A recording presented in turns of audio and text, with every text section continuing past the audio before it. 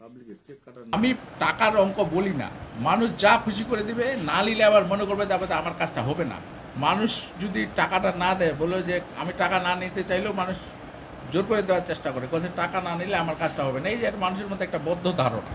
আমি তো নেই না, কিন্তু জোর করে যদি কেউ দেয়, না করি না, এটা সত্য কথা না। ওই যে দুই একটা পাবলিকের খারিজের আবেদন ধরে, হয়তো 70 টাকা সরকারি ফি, পাবলিক হয়তো 100-150 টাকা দিল, 30-40-50 টাকা, 4-5 টাকা আবেদন করা নেই, ফি হইল 70 টাকা। পাবলিক যখন আবেদন করে 100-150 টাকা করে দেয়, আমরা কেন নেব? পাবলিকে দেয় আবেদন করার জন্য, বলে যে ভাই আপনি আমার আবেদনটা করে দেন, আমি আপনাকে টাকা দিচ্ছি। তো সরকারি ফি যায় 70 টাকা, হয়তো 100 টাকা দিল, 30 টাকা তার টিকলো।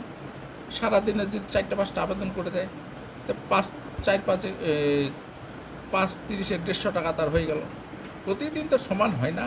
মনে করেন যে কোনো দিন হয়তো 4টা আবেদন করলো, প্রতি মাসে 50-60টা। কেউ এসে খতিয়ান, হ্যাঁ এসে খতিয়ানও তুলে দেয়, আর 10টা খতিয়ান তুললে হয়তো 100 টাকা ফি গেল, সরকারি ফি 120-30 টাকা পাবলিক দিল। ওকে জাস্ট চিঠিপত্রগুলো করায়নি, আমি চিঠিপত্র করতে পারি না।